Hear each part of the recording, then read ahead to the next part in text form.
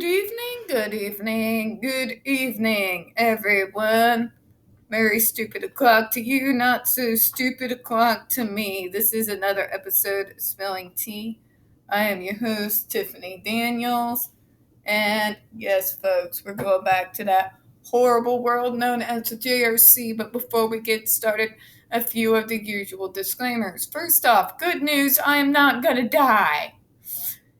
So, in spite of crappy numbers, once again, work came through, and this time's paycheck was pretty, very pretty indeed. So, not gonna die, and if these assholes decide that they're going to try and force me out of here, all I'm gonna need is really that $600. I paid them in advance already for next month, and I'm already looking at solutions. They can kiss my ass. I'm done with these people.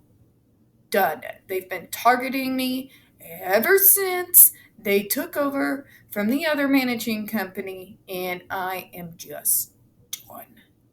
Done. I wouldn't have even taken this long to be done if, circumstances with him walking. But anyways, neither here nor there. We're going back to that horrible world as the JRC. So, disclaimers. I'm barely awake. Okay, so first off, you are going to see the link there in the description box to this report, alongside the other pertinent links to the Stop the Shocks campaign, including Autistic Hoya's massive archive on the subject and the templates. Sign your name, click on your senator, you know the drill. On the ever-present and self-explanatory change.org Shut the Judge Rotenberg Center Down petition. Now, two trigger warnings. Sorry, folks. Up here, I have some shards of a wisdom tooth, and they hurt a lot and are extremely painful. And I don't have time to go get them yoinked out, so sorry some words come out weird. Alright, first folks, this report is coming out of 1982. So yes, the language is going to be ableist as hell. Also, when we talk about the JRC, you're going to hear vivid descriptions of and catch clips of surveillance footage of people with disabilities being tortured and abused. If you got young children present, please go ahead and use your headphones, alright? Okay, now, as you can tell, I'm already kind of stumbling over my words because of the pain going on up here. So, my apologies for that in advance, alright? Okay, so let's get started to where I think I left off last night. Okay, so I'm going to finish this out this evening. Respondent is in violation of Standard 2A1N of the Draft Guidelines, PP 63 through 66, in that the facility has regularly received parents as to the nature and extent of adversives used on residents, thus making effective informed consent impossible. Note 1, page 64. Has provided parents with no description of treatment alternatives. See Note 3, page 65. Has given parents no time or sequence of expected results. See Note 9, page 65. And has regularly informed parents that refusal to consent to use the adversives desired by the facility staff would result in expulsion of the... Here goes the line. Mr. Mittens. Calm, sir. Did I mention I'm done with this place? Anyways, back to where I was. Alright, so where was that? Okay. And regularly informed parents that refusal to consent to of adversives desired by facility staff would result in expulsion of resident from the facility rather than being without penalty as required. In other words, you know that whole no expulsion for any student, no matter what, it's bullshit. If the parents dare complain, yeah, they're full of shit. Moving on. Respondent is in violation of Standard 2A1P of the Draft Guidelines, page 66, in that the facility has denied parents the right to challenge without penalty the decisions and actions within an individual's program which relate to the individual's rights and protections as alleged in paragraph 21. Okay, what bullshit is this? They're the fucking parents. They're in charge. Not you, BRI, JRC. Parents are in charge. Parents are the guardians. You really gonna sit there and fucking tell them that they don't have the right to make decisions and take actions in regards to their child's treatment? I dare you to tell my mom that about, we'll say 14 years ago? Good luck. Good luck.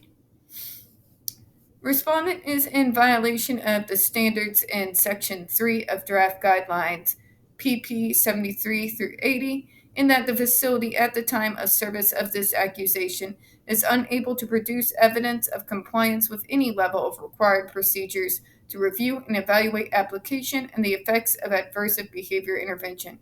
So, like every single thing wrong they can do, they did. Respondent was in violation of Standard 4A of the Draft Guidelines, PP 8285, in that until shortly before service of this accusation, it had no qualified program clinical supervisor or director. Jesus Christ. Respondent is in violation of Standard 4B2 qualifications of Draft Guidelines, page 86, that the facility was unable to produce on June 5, 1981, and at the time of service of this accusation, is still unable to produce evidence that the direct staff members are pursuing continuing education at the college level in the area of behavior modification. Oh, for the love of God. So not only are they using something completely debunked because it's bullshit, but they don't even have education in it? Wow. Respondent is in violation of Standard 4B3 qualifications, page 86, in that on regular occasions during 1980 and 1981, the application of adversive and restrictive interventions by staff members demonstrated a lack of knowledge of competency and use of adversive behavior interventions and lack of knowledge of ethical considerations. Still true to this day. Assuming argumento that the letter of October the 25th, 1977, authorizing BRI to conduct behavior modification and to utilize negative reinforcers adverses was not superseded by the special permit, respondent has violated or permitted the violation of the requirement set forth in the letter that negative reinforcers not include the cold shower or timeout as follows. On occasion during the period from September the 3rd through December the 15th, 1980, and on unknown occasions before and after that period, student was hosed down with a garden hose to consequate an inappropriate behavior in lieu of receiving a regular shower. Jesus Christ. Treat them like animals. They treat them like animals. Worse than animals. On occasion during the period from January through July 1980, and unknown occasions before that period, student was given cool showers for wetting his bed as alleged in paragraph, 17.1L. During the period of licensure, residents blank and blank were subjected to timeout periods as alleged in paragraphs 14.3D, 16.1J, and 16.1L. The conditions and the acts of respondents set forth above, and each of them constitutes ground for revocation of respondent's license and respondent's special permit for the denial of renewal of respondent's license and special permit.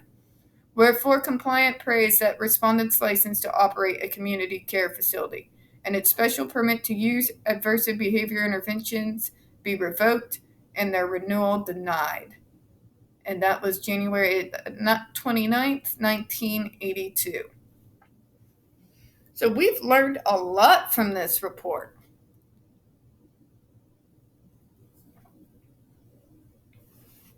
A lot of horrific, horrible things. And the most horrifying thing is, we've also gone over the New York State Department of Special Education's report in 2006. If you hold these two reports side by side, the only difference is, instead of spanks and pinches, they are using a shock device that is designed to cause physical harm and is 45 milliamps, just below the lethal limit. And it's designed to put on areas that are meant to cause the maximum amount of pain possible. And that's literally the only thing that has changed between the two reports. And it is still the same, according to victim reports, right down to this very day. So, with all of this knowledge of all the horrific things that has been done in the past, that is done in the recent past, and what's going on even right now, at least according to most recent abuse reports, why, in the name of God, is this place not been raided? Why has it not been federally investigated? Who is protecting these people? And why are they protecting these people? And on that note, I'm going to go ahead and close out for the evening. We don't get very many views on this channel, especially on this subject. And the few that we do tend to get removed from time to time. So folks, please don't forget to hit that like button, hit subscribe, and don't forget to hit the comments. I do appreciate your time this evening. And as always, we here at Spilling Tea hope you have a good one. Bye-bye.